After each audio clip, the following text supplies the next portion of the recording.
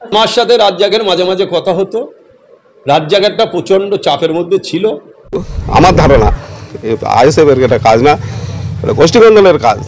তৃণমূলের লোকেরাই ওরা খুন করেছে, এটা আমার মত। যে কষ্ট দিয়ে মেরেছে আমি সেই কষ্ট দেখতে চাই। আমি মৃত্যুর বদলে মৃত্যু চাই, আমার স্বামীর রক্তের বদলে আমি রক্ত চাই। ওনার সাথে কেউ ছিল না, উনি একাই আসছিলেন। অন্য দিন লোক থাকে, কালকে ওর লোক ছিল না।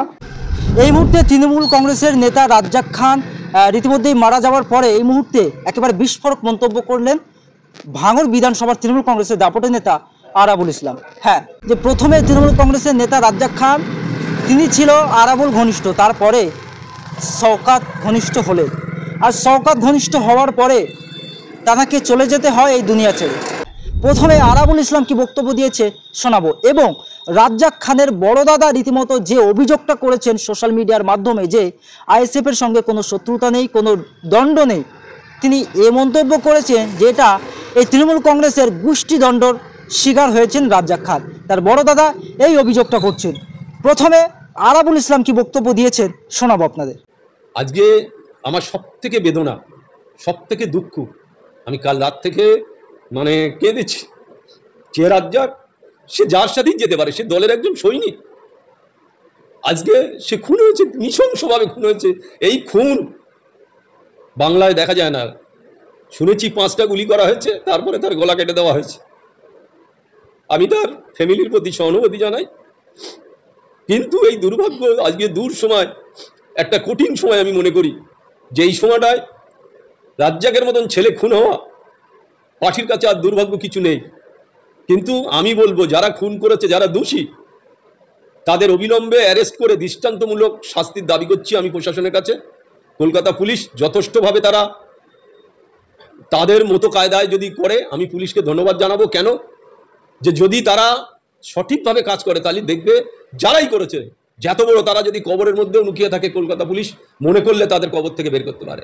তাই আমি অনুরোধ রাখবো প্রশাসনের কাছে যে আপনারা যারা দোষ করেছে, যারা অন্যায় করেছে, তাদের অবিলম্বে অ্যারেস্ট করে দৃষ্টান্তমূলক শাস্তির আমি দাবি করছি। আমার সাথে রাজ্জাকের মাঝে মাঝে কথা হতো। রাজ্জাক একটা প্রচণ্ড চাপের মধ্যে ছিল। রাজ্জাক কেন আপনারা জানেন, সবাই যারা আমার লোক তারা সবাই চাপের মধ্যে আছে, আমি সেটা বলবো না। তবে রাজ্জাক আমার সাথে মাঝে মাঝে যোগাযোগ রাখতো, ভাই কেমন আছো, খোঁজখবর নিতে হতো। অথচ আমার বিরুদ্ধে বড় বড় কথা বলতো। তার কারণ ছিল, সেটা কারণ আপনারা মিডিয়ার লোক, ভাঙড়ের ছেলে, আপনারা সবাই জানেন, আমি আর সেটা বলতে চাই না। তবে রাজ্জাক মাঝে মাঝে খোঁজখবর নিত, দাদা তুমি কেমন আছো, ভালো আছো, সুস্থ আছো, খোঁজখবর নিত। আমি তাই সত্যি, আমি কাল রাত্রে সারা রাত আমার চোখের পানি, আমার ফ্যামিলি সবাই আগের থেকে আমরা সবাই কিনেছি যে আজকে দল করতে এসে তার জীবনটা চলে গেল, দলের জন্য জীবনটা চলে গেল। আমরা তাই, আমি আর কিছু বলবো না। আমি সবাইকে ধন্যবাদ জানাই, আমি আর কিছু বলবো না। পার্টি অফিসে মিটিং সারার পরে শওকত মোল্লা সাহেবের সঙ্গে, এমএলএ সাহেবের সঙ্গে একটু সময় দেওয়ার পরে বাজার করে বাড়ি ফিরছিল। এখন আমি 8টার দিকে বাড়ি এসেছি, এসে নামাজ পড়িয়ে বাড়িতে এসে যখন বাড়িতে বসে আছি, বসে কথাবার্তা বলছি, এমন সময় দেখছি বাড়ি থেকে বাইরে, বাড়ি গেটের বাইরে আওয়াজ হচ্ছে, ছেলেপিলে সব গুলোগুলির মতো করছে, কথাবার্তা বলা হচ্ছে। আমি ছুটে বার হলাম, বার হয়ে বলছে যে ওখান থেকে ভাঙড়ের ওখান থেকে ফোন করেছে, রাজ্জাকের সঙ্গে একটা ছেলে ঘুরতো, তার নাম সাত্তার, একসঙ্গে থাকে ওরা সব সময়। কালকে একটু সকাল করে বাড়ি এসেছিল, ওর শরীরটা খারাপ বলে। এবার ওকে ফোন করে বলছে এরকম রাজ্জাক বাড়ি চলে গেছে, দেখতো রাজ্জাক বেরিয়েছে ভাঙড় থেকে, আর গুলি চলছে খালদারি। এখন এইটা শোনার পরে আমি বাড়ির থেকে সঙ্গে সঙ্গে বাইক নিয়ে দৌড়ে গিয়ে দেখি বিভৎস ঘটনা। গিয়ে দেখি আমার ভাইয়ের গুলি দিয়ে ঝাঁঝরা করে কুপিয়েছে।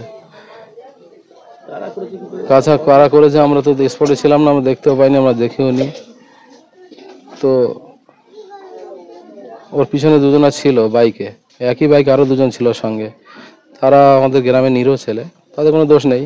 এমনি রাস্তায় আসতে গেলে ও রাজ্জাক যখন বাড়ি ফেরে, তখন যে কেউ না কেউ ওর গাড়িতে ওঠে নেয়। ও কেউ যদি হেঁটে আসে, তাকে তুলে নেয়, বাইকে তুলে বাড়ি নিয়ে আসে, যে এত রাস্তা হেঁটে যাবে, চল আমার বাইকে চল, আমি খালি যাচ্ছি। তো সেদিনও কালকেও তাই একই কেউ দুজনা তুলে নিয়েছে বাইকে। নেওয়ার পরে যখন ও ফিরছে, এমন তো অবস্থা ওদের সামনেই হয়েছে। ওরা যে বললো যে 5-6 জনের মতো লোক ছিল, হঠাৎ করে ঝোপ থেকে বার হয়ে আর ওকে অ্যাটাক করেছে। আমাদের পাড়ারই দুটো ছেলে, একটার নাম শাহাবুদ্দিন আর একটার নাম হচ্ছে মহিবুল ইসলাম। রাত